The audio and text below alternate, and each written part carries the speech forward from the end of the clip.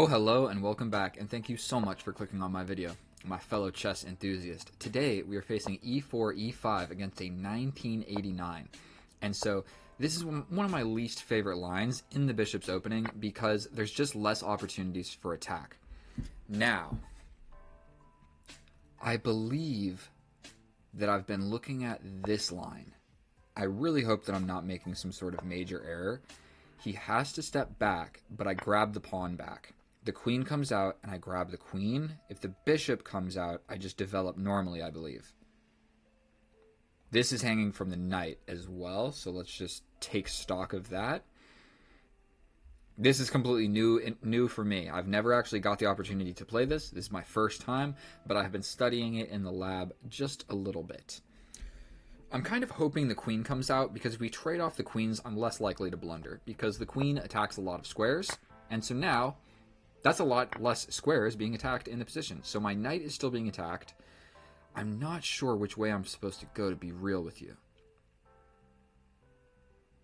I think I'm okay with this. I really want to push this pawn forward, but his knight is in a stupid spot, if we're going to be honest. Take a look at this knight. It's in the way of this pawn, and so to get his bishop active, he's going to have to make a lot of moves. So he's still got to move this knight somewhere. So all I got to really be worried about is giving him a tempo-winning move with that knight. So we just don't want his knight moving forward and attacking something. So that's moving forward, but it's not attacking anything.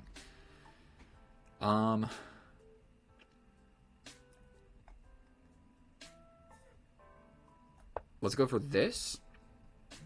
If we trade, we trade, and it is what it is. And we're doing a 3-minute plus 3-second instead of the regular rapid game, just because, you know what I mean? I don't want you guys sitting there forever. You can get the same information if the moves are played accurately from a fast game as you can from a slow game. And so I really have the opportunity to, for one, just get checked and then get pinned. So this check is going to be a tad bit annoying to deal with, and he'll find it. If he's 1989, this check is coming in. But I probably just play more bullet than our friend over here. Okay, so I have the option to castle. What did that change? The bishop now defends this. Castling opposite seems like a lot of fun, so let's just go ahead and do that.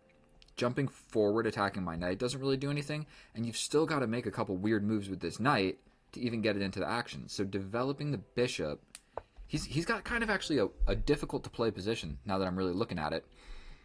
What am I talking about? I've been looking at it this whole time. We're going to step back here because stepping back here looks stupid. So we're going here. Rook to the open file, question mark, seems like a good idea. That also kind of takes away the idea of all of this. Now, jump forward, take. Let's go for it. Don't be shy. That took away the ideas of winning a pawn from this exchange. So before the knight was there, if he pushed here, I can take. No, I can't win a pawn. I'd have to move. Okay, so everything is just going swimmingly. We're going to go ahead and capture. This knight has really, I was going to say no great forward momentum. And pushing here really just walks into this. So at this moment, I'm slowly realizing, unfortunately, we're going to be playing a endgame, bishop versus knight. And I suppose I'm going to just accept it because I don't really want to walk into this because it is an opposite side castling game of chess. And so I don't want to do whatever I was trying to explain right there. Now, this knight needs a future. This seems promising. It seems promising. Never mind. We're going back to exactly where we were before. And I might just step forward. We might step forward, put these pawns, just take a moment to put some pawns on some dark squares, because I feel like the rooks are about to get traded off just completely equally. But I have a 40-second time advantage, and I have an advantage in bullet, okay? Let's actually check his profile. Dude doesn't play bullet at all. Okay. So we can happily rush into this. We don't need to, though, and I think time is everything. So stepping forward is probably going to be the best idea. We're going to need to start bringing my king to the middle, and so I could step back. Let's just trade, bring the knight this way. If he trades this way, he's actually probably slightly better in this endgame. It's a king and pawn endgame, and so these are notoriously difficult. So we're going to go here. He can advance his pawn. So what we want to start doing is figuring out how to advance these pawns. And we have 4 over here, so it's 4 on 4 and 3 on 3. The only imbalance is the bishop versus the bishop versus the knight. And I'm somewhat weary about putting... I just don't want my pawns. Like, he can attack my light squared pawns. So the more pawns that I have on these dark squares, the better. And then one other thing that you should just know is, like, if you put your pawns on dark squares, they're going to also capture and trade on dark squares. So once you, like, as long as you don't move them, the captures that are going to take place are going to be on the same color square, if that makes sense. So that's one thing to note, like, in an endgame. And so he's got this light square bishop, so the more pawns that I can get on these dark squares, the more happy of a camper I'll be. I can step back here, but then he has the chance to move forward. I hit him with a check. He comes in again. I jump in over here attacking the bishop. He probably just steps back. I can just jump here. Take, and he steps in. I step up. He launches a pawn. I give him a check. He steps back. Let's do this. Let's do this. I should have maybe kept the knight on the board to really try and solidify my chances at a dub. But yeah, that was a bad move because he can just trade, and that greatly simplifies the position for somebody with 30 seconds. Okay, so we're going to change gears and jump over here. I kind of wanted my knight to be there. Like, he can try and get fancy, but I'll step back with the knight to block that because I don't want to push and take like this and separate my pawns. So that's just not something that we're not going to be doing. I mean, that check doesn't really accomplish a whole heckin' lot. But we're going here. We're going here. Potentially,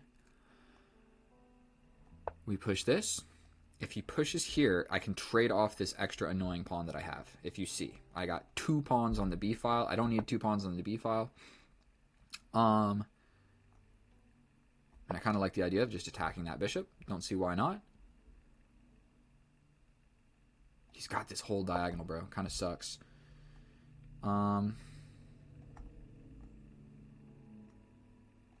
Here. He could just trade. But I like the idea of him trading here and my knight going to the middle. Okay, so he does, in fact, trade. I don't want this split. So we're going to take here with check. That is a check. We take this. He's got this, and I take. And then I've got a 2 on actually 2, but my structure sucks. I'm going to give him time. God damn it. I didn't give him time. It's a complete draw. Let's just check this with the computer. Complete draw. Unless I'm just completely lost.